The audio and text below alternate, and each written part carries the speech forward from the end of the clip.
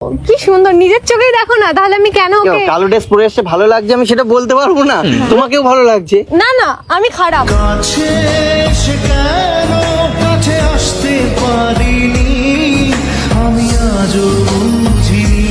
রঞ্জনা দেখো প্লিজ তুমি রাগ করো না, আমি নিজে বলছি তোমাকে যে তুমি ওর কাছে থাকলে অনেক ভালো থাকবে, একটু বোঝার চেষ্টা করো। হ্যাঁ, At least কত আমার কাছে যে কদিন ছিল তুমি জানো না কত ভালো ছিল, শুনে দেখো কত ভালো রেখেছে আমাকে, ওই তো বিকাল করে একটু ঘুরতে তোমাকে নিয়ে ভালো যায় রেখেছিলাম না বলো? মনের মাঝে রেখেছিলাম যে ছবি আড়াল করে।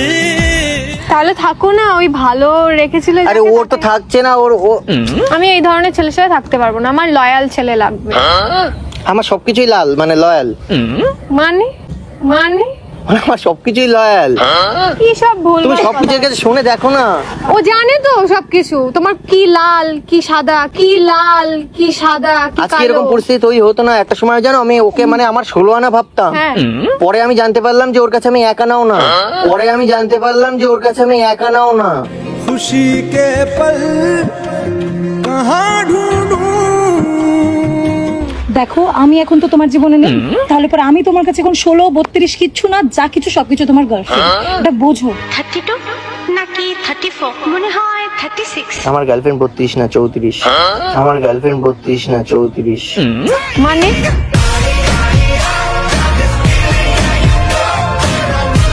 এই কি ধরনের আরে মানে 16 16 32 তার থেকেও 2 বাড়িয়ে বলেছি, এটাতে খারাপ বলার কিছু নেই। সত্যি কিছু বলো মানে 32 আনা তুমি 34 আনা, তুমি এমন কিছু বলো তো যাতে ওর মনটা যাক গলে, কোনো কিছু তারপরে ও বলে লাভ উঠে নেই। পড়ুক আমার কোলে।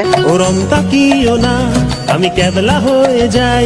ও আমার কাছেই আসতে চাচ্ছে না। তোমার কাছে আমি যাব না, হাত বাড়ালেও ধরা দেব না।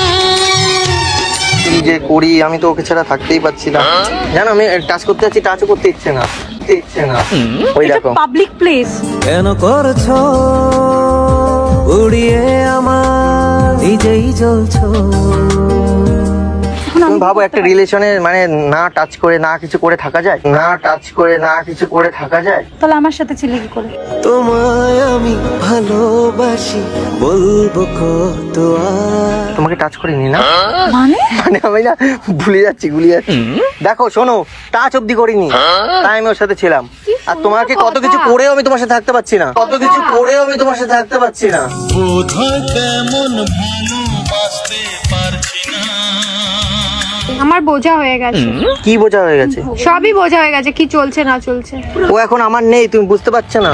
তুমি জানো না ওর বয়ফ্রেন্ড ওকে রোজ রাতে ভরিয়ে দিচ্ছে আদরে, বাট আমি পারছি না তোমাকে জড়িয়ে নিতে আমার চাদরে। আকাশে অনেক তারার ভিড়ে আমি তোরে খুঁজা পাইলাম না রে। কোনোভাবেই সম্ভব না। এই তুমি এর একটা সলিউশন করে দাও, আমি কিন্তু ওকে ছাড়া আমি থাকবো না। কোনো পরিষ্কার সলিউশন করতে কেন? পারবো না। আমি আমাকে কি আদরে ভরাচ্ছে? আমি- আমাকে কি আদরে ভরাচ্ছে?